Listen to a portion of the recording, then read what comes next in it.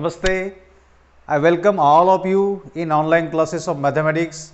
In last video, we have started chapter 4 from paper first, that is part first, determinant and matrices, in which we have discussed some examples of order 2 determinants, and we have also got the concept of determinant having order 3, that is 3 rows and 3 columns. In present period, we want to discuss the next concept of the determinant, minors and cofactors. What are the minors and cofactor of a determinant? So, if I consider a determinant whose elements are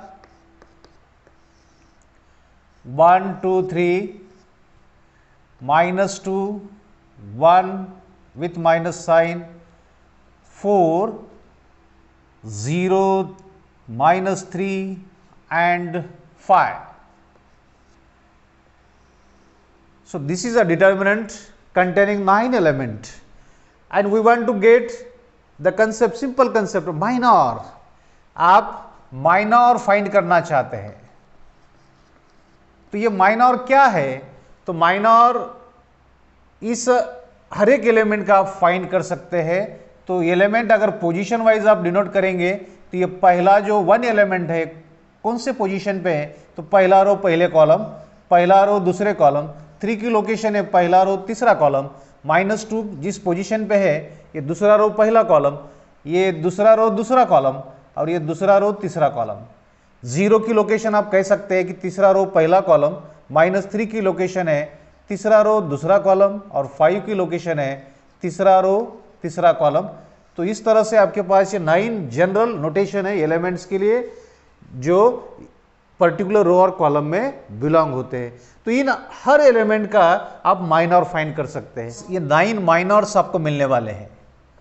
तो 1 bye 1 minor आपको find करना है. तो ये minor क्या है? अगर पहला माइनर आप यूज करना चाहते हैं तो पहले पोजीशन पे है 1, तो आप अगर इस 1 का माइनर फाइंड करना चाहते हैं तो माइनर ऑफ 1, तो 1 की लोकेशन क्या है? 1 की लोकेशन है पहला रो पहला कॉलम. तो आप कह सकते हैं कि माइनर डिनोट करना है उसी नोटेशन से जिस नोटेशन पे वो एलिमेंट आपको मिला है. तो ये पहले रो पहले कॉलम में है, तो माइनर डिनोट करना है यम, कैपिटल यम उसका सिंबल होगा. और कौन से एलिमेंट का? जो पहले रो पहले कॉलम में है, तो उस आपको उसका नोटेशन आता है M11. और ये इलिमिनेट करना है आपको पहला रो पहला कॉलम.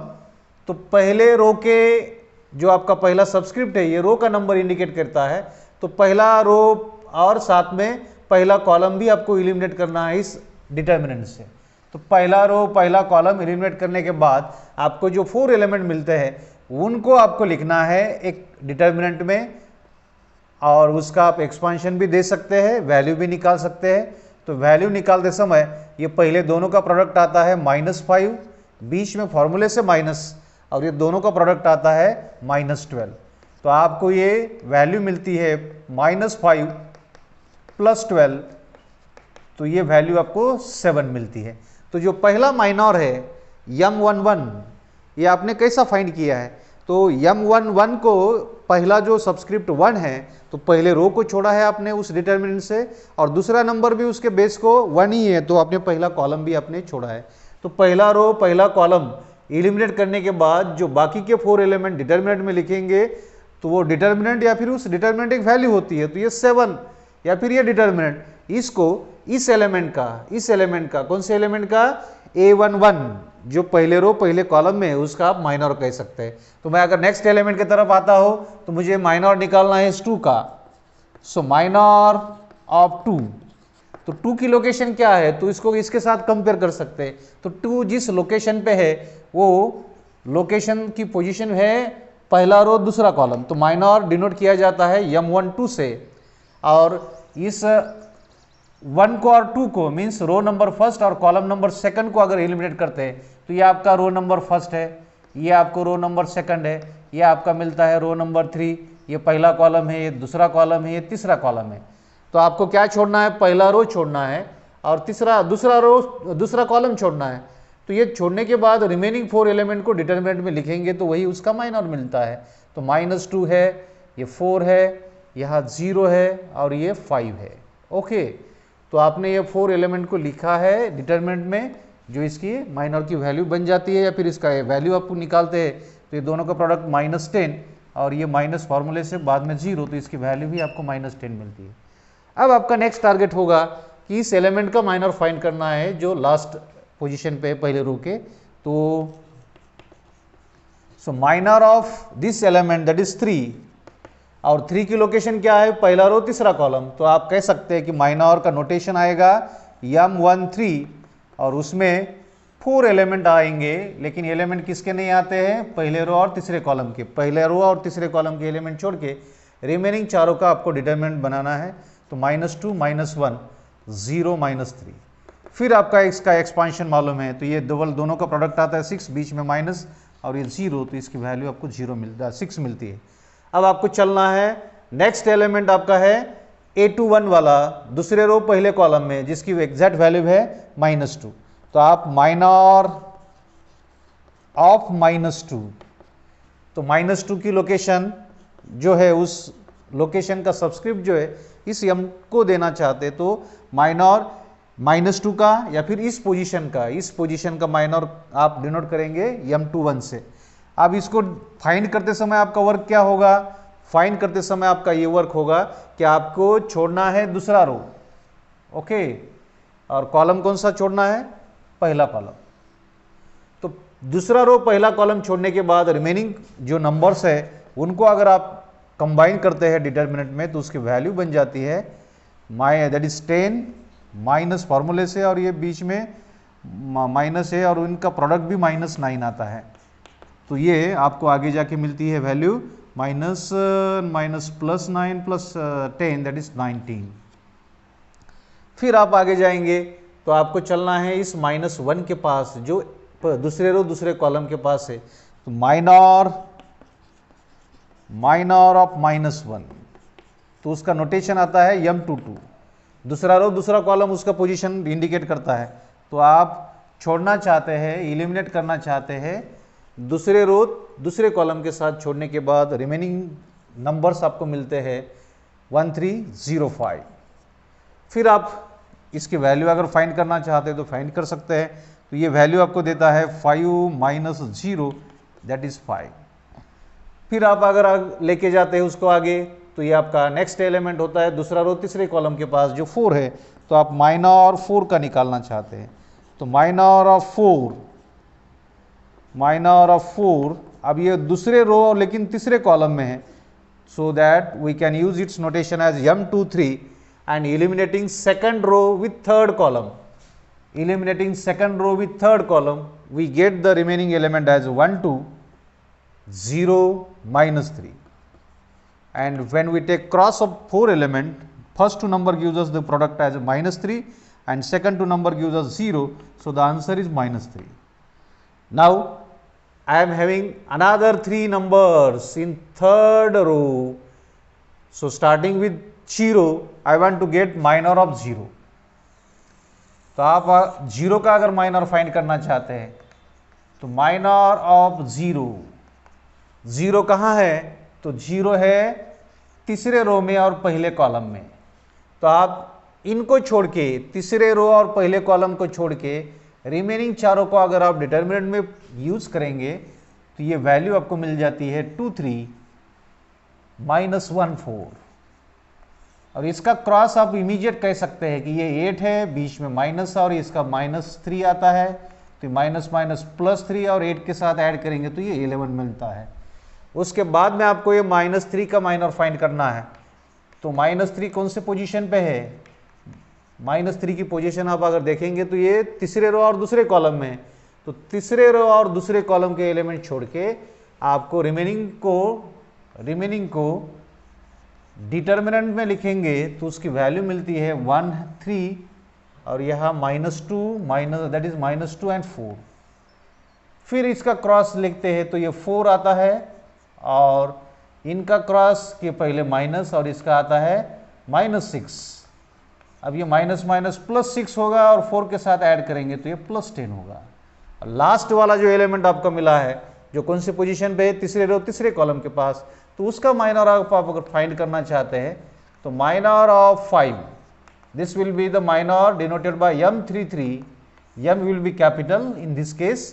तो ये तीसरा रो तीसरे कॉलम के साथ इवैल्यूएट करने के बाद जो नंबर्स आपको मिल जाते हैं वो 1 2 -2 -1 है, और इनका क्रॉस लेते हैं तो यहाँ से क्रॉस की वैल्यू पहले दोनों की आती है -1, फॉर्मूले से माइनस, और इनका प्रोडक्ट आता है -4। तो आप कह सकते हैं कि ये +4 -1, तो इसकी वैल्यू आपको +3 मिल जाती है। तो इस तरह से डिटर्मिनेंट में पहले आपके पास 9 एलिमेंट थे, और उस 9 एलिमेंट के उन 9 एलिमेंट्स के आपने 1 बाय 1 करके माइनॉर्स फाइंड किए हैं। माइनॉर का नोटेशन M11 से लेकर M33 तक आपने यूज किया गया है। तो माइनॉर क्या है?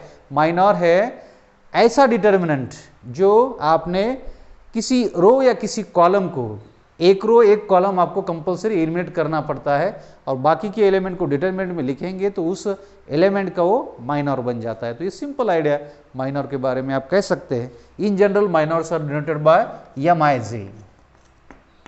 आपका ith अगर रो है और jth कॉलम है तो इस तरह से इसके नोटेशन i की वैल्यू मैक्सिमम 3 तक जा सकती है, 1 2 3, और j की भी वैल्यू आपको मैक्सिमम 3 तक आ सकती है। तो ये आपको अगर माइनॉर कंसेप्ट मालूम हुआ है तो इसके बाद में आपका जो कंसेप्ट है वो कोफैक्टर वाला है। तो क्या कोफैक्टर क्या है? तो आपको कोफैक्टर समझने के लिए एक सिंपल डेफिनेशन है कोफैक्टर को यूज करते समय। तो कोफैक्टर और माइनॉर के बीच में एक रिलेशन है, वो रिलेशन आपको साथ में लेना है कि cofactor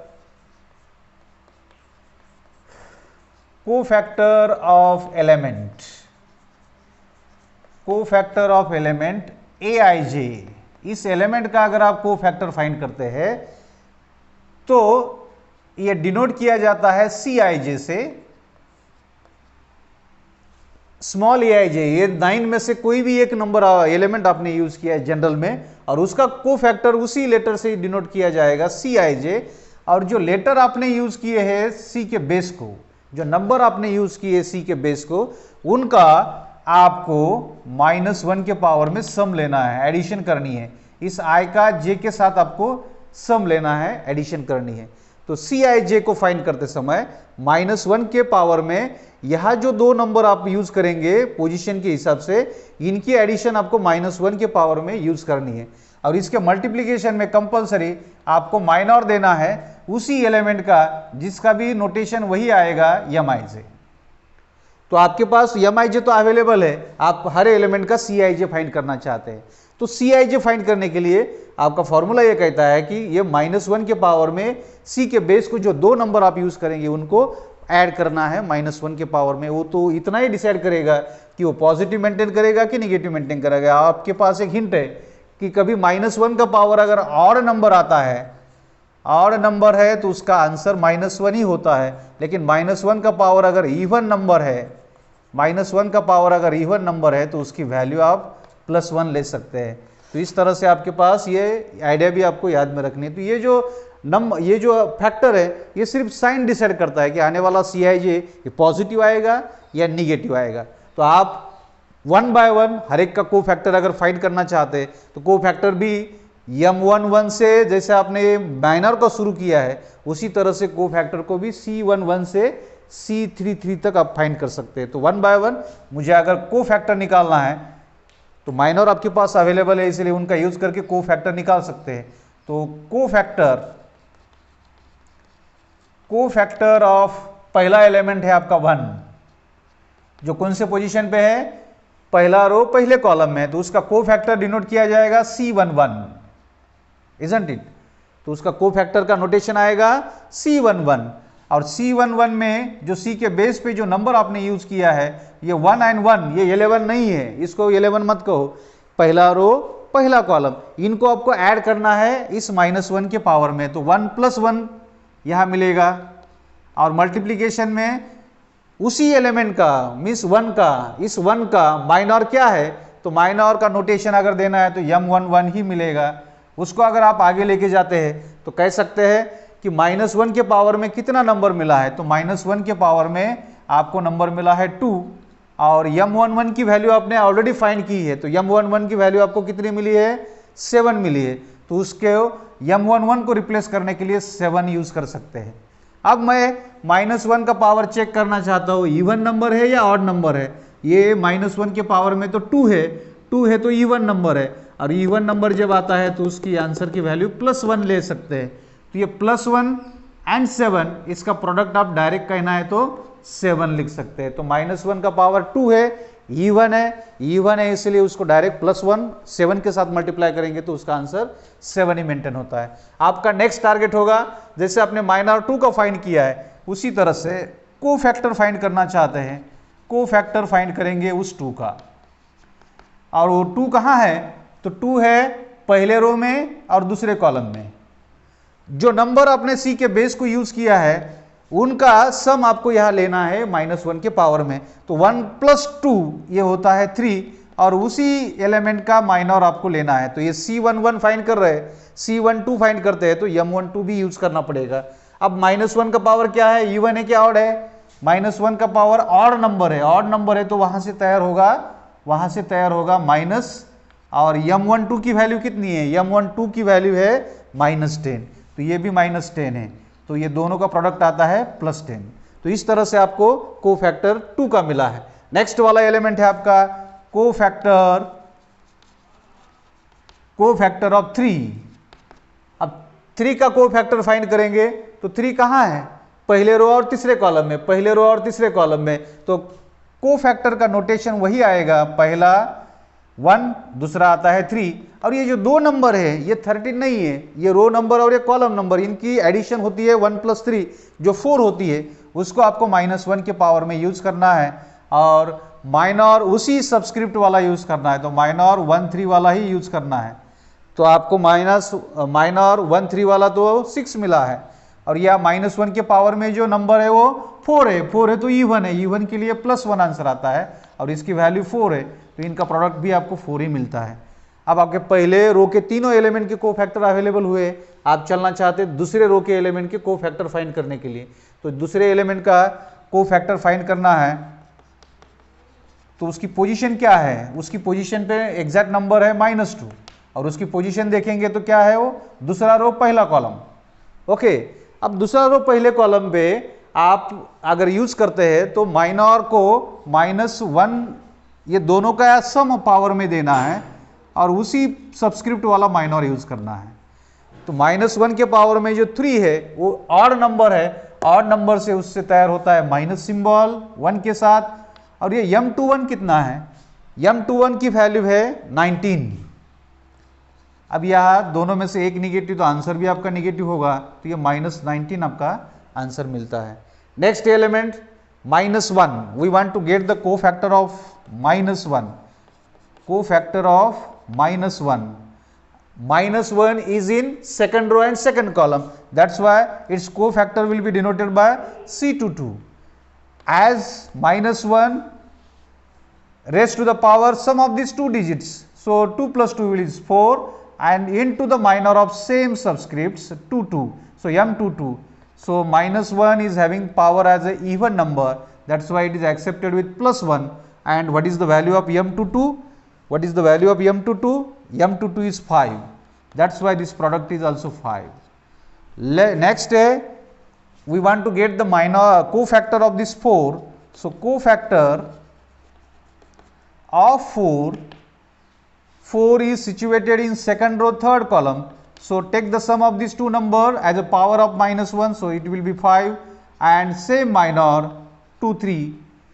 Now let us see the value of 2 3. M23 की वैल्यू है -3, और ये ऑड पावर से भी -1 आता है, तो -1 × -3, तो ये वैल्यू आपको मिल जाती है +3.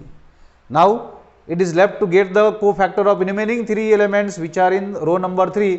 तो आप कोफैक्टर 0 का फाइंड करना चाहते हैं, तो cofactor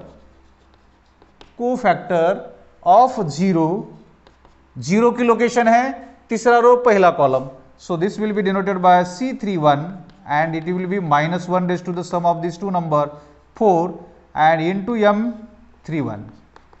What is the value? Power है इवन इसलिए +1 आता है, और M31 की वैल्यू कितनी है, तो ये वैल्यू है 11, तो यहाँ से प्रोडक्ट की भी आपको 11 ही मिलेगा. नेक्स्ट वाला है कोफैक्टर ऑफ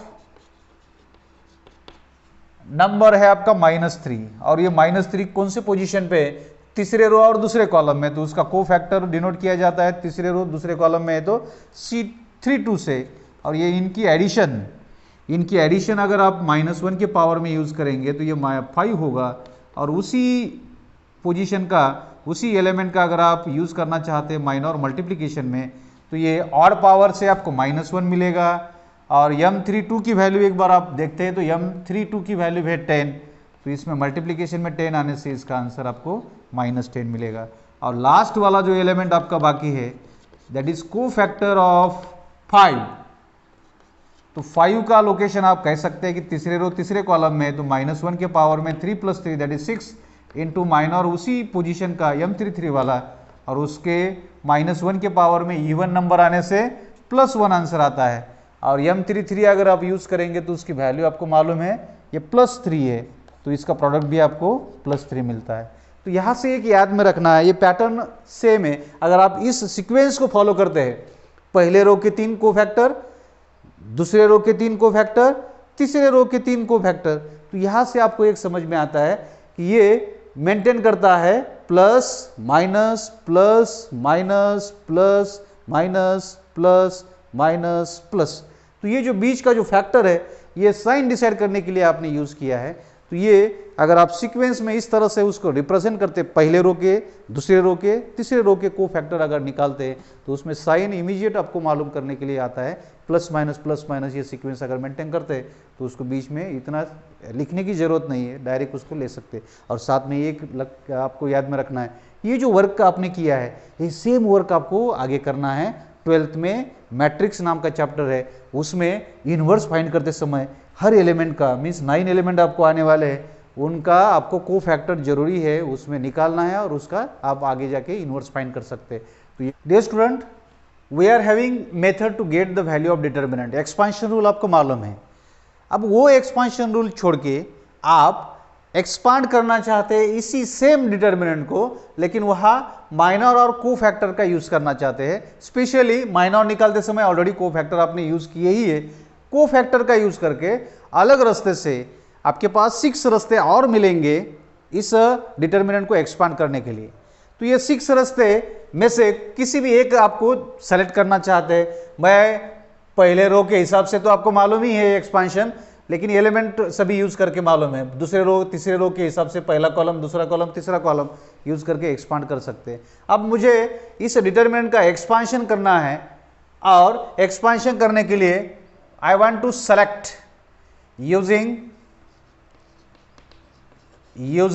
स्पेशली यूजिंग मान लो मुझे थर्ड रो को यूज करना है, यूजिंग थर्ड रो, मैं थर्ड रो का यूज करके एक्सपांशन देना चाहता हूं इस डिटर्मिनेंट का जिसमें मुझे यूज करने हैं कोफैक्टर।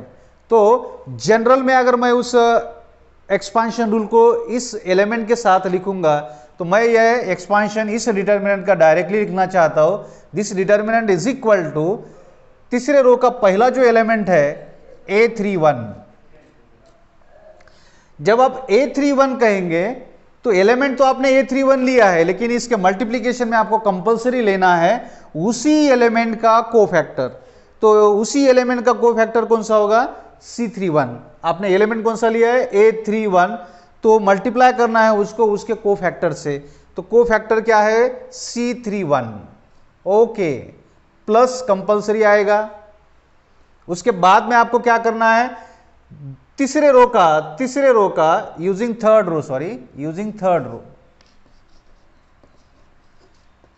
तीसरे रो का नेक्स्ट एलिमेंट मैं यूज करना चाहता हूं जो A32 है। अब A32 का कोफैक्टर मुझे चाहिए, तो इसका नाम है C32, तो इसके साथ मैं मल्टीप्लाई करना चाहता हूं उसका खुद का cofactor that is C32 plus इसी थर्ड रो का नेक्स्ट एलिमेंट है A33 और उसको मल्टीप्लाई करेंगे उसके कोफैक्टर से, तो वो आता है C33। अब ये इसका जनरल फॉर्मेट है, थर्ड रो का यूज करेंगे। तो थर्ड रो के एलिमेंट मैंने यूज किए हैं और उनको हर एक को मल्टीप्लाई किया है उसके खुद के कोफैक्टर से और सबको ऐड किया है। ये उसका फॉर्मूले का स्ट्रक्चर है। तो using element as well as its cofactor in multiplication and their sums. तो ये फॉर्मूला आपको एक्सपांशन के लिए आता है। तो आप चेक करना चाहते हैं इसकी वैल्यू आपको क्या मिलती है। तो A31 वाला एग्जैक्ट नंबर आपको यहां से यूज करना है। तो A31 में आपको नंबर मिला है 0, उसको मल्टीप्लाई करना है C31 से। अब ये C31 इसी एग्जाम्पल में आपने फाइंड किया है और उसकी वैल्यू आपको मालूम है C31 की। ये यहां भी आप डायरेक्ट निकाल सकते हैं या फिर आपके पास यहां अवेलेबल है इसलिए आप उसको यूज करेंगे। तो C31 की वैल्यू मुझे मालूम है 11। तो मैं यहां डायरेक्ट यूज कर रहा हूं क्योंकि ये अवेलेबल वैल्यू आपके पास सभी के कोफैक्टर की है। मैं नेक्स्ट में A32 को यूज करना चाहता हूं। A32 के जगह पे आपको मिला है नंबर -3 और उसको मल्टीप्लाई करना चाहता हूं उसके कोफैक्टर से C32 से। अब ये C32 क्या है? तो C32 की वैल्यू मुझे मिली है -10।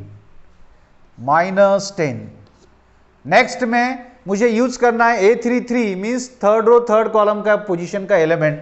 तो मुझे मिला है वो 5 और मैं उसका ही कोफैक्टर उसके मल्टीप्लिकेशन में लेना चाहता हूँ C33 जो मुझे मालूम है हुआ है एज ए जस्ट 3। तो C33 की वैल्यू आपको मालूम है 3। अब यहाँ से अगर आप आगे लेके जाएंगे तो वैल्यू मिलती है ये 0। इनका प्रोडक्ट माइनस माइनस प्लस होगा और ये 30 मिलेगा। यहाँ से कह सकते हैं कि ये 5 का 3 के साथ ये 15 मिलेगा और इनकी सम अगर आप फाइंड करेंगे तो सम से मिलती है वैल्यू 45। तो जो D है आपको उसकी वैल्यू अलग रास्ते से जिसमें कोफैक्टर और एलिमेंट का यूज किया है आपने, माइनर भी उसमें अल्टीमेटली यूज हुए हैं। तो इस तरह से माइनर कोफैक्टर यूज करके भी डिटरमिनेंट की वैल्यू आप फाइंड कर सकते हैं। तो ये एक सैंपल है जिसमें third row as well as उसके एलिमेंट और उसके कोफैक्टर को आपने यूज किया है। मैं अगर किसी कॉलम को यूज करना चाहता हूं तो मैं मान लो यूजिंग, आप किसी कॉलम को भी यूज कर सकते हैं। तो कॉलम अगर कौन सा यूज करना है, कौन सा करना है यूज, आप ही बताओ। तो पहला कॉलम, दूसरा कॉलम, तीसरा कॉलम, कोई भी एक कॉलम आप सेलेक्ट कर सकते हैं। तो मैं अगर सेकंड कॉलम को यूज करता हूं यूजिंग सेकंड कॉलम, अब आपको तो मेनली कोफैक्टर यूज करना ही, लेकिन सेकंड कॉलम के एलिमेंट के साथ वो कोफैक्टर आना चाहिए। तो इसका फॉर्मूला आपको इस तरह से आता है कि ये जो D है सेकंड कॉलम के एक्सपांशन से ये एलिमेंट आपको लिखना है। तो ये A12 और उसके साथ में उसका cofactor C12 plus second column का नेक्स्ट एलिमेंट है A22, उसके ही साथ में उसका cofactor C22 plus next element second column का है A32 और उसके साथ में उसका कोफैक्टर दैट इज C32। अब ये कोफैक्टर आपके पास अवेलेबल है और इस एग्जांपल में देखेंगे तो एलिमेंट भी आपको A12 है 2, A22 -1, A32 उसकी वैल्यू है -3। तो इस A12 की वैल्यू अगर आप यूज करेंगे तो ये 2 है। C12 की वैल्यू आपको चाहिए, आपको C12 चेक करना है कहाँ है, तो C12 इस पोजीशन के एलिमेंट का कोफैक्टर चाहिए 1 2। तो C12 की वैल्यू आपको मिली है, C12 की वैल्यू मिली है 10। तो यहां आप C12 की वैल्यू लिख सकते हैं 10। आप नेक्स्ट जाएंगे तो A22 आपको मालूम करना है कितना है, तो A22 तो -1 है और उसके साथ में C22 की वैल्यू यूज करनी है, कोफैक्टर उसी का ही। तो C22 की वैल्यू आपको ऑलरेडी मालूम है जो 5 है, या फिर यहां भी आप निकाल सकते हैं उसका फॉर्मूला यूज करके। नेक्स्ट में थर्ड कॉलम का सेकंड कॉलम का थर्ड एलिमेंट है -3, उसको अगर आप यूज करते हैं तो इसकी पोजीशन पे आपको जो कोफैक्टर मिलता है उसका आपको वैल्यू रखना है C32 की वैल्यू आपको मिली है -10। तो यहां से -10 उसकी वैल्यू यूज करेंगे। अब ये सिंपल कैलकुलेशन आपको आगे लेके चलना है। तो ये क्या मिलेगा, तो यहां से तो ये 20 होगा, ओके, यहां से ये -5 होगा और यहां से +30 होगा। तो कह सकते हैं कि +20 +30 तो ये तो 50 होता है और 50 से 5 सब्सट्रैक्ट करेंगे तो फिर से एक बार 45 ही मिलेगा। तो D की वैल्यू आपका टारगेट था 45 मेंटेन करने का, वो आपको पहले जो 45 मिली है वही आपको सेकंड रास्ते से भी 45 ही मिली है। तो आइदर आप थर्ड रो यूज करो या फिर सेकंड कॉलम यूज करो। इसका मतलब रो यूज करो या फिर कॉलम यूज करो, और उसके साथ आप अगर को फैक्टर यूज करते हैं तो डिटर्मिनेंट की वैल्यू आपको सेम मेंटेन होती है। आप 6 में से कोई भी एक रास्ता सेलेक्ट करके उसकी वैल्यू फाइंड कर सकते हैं।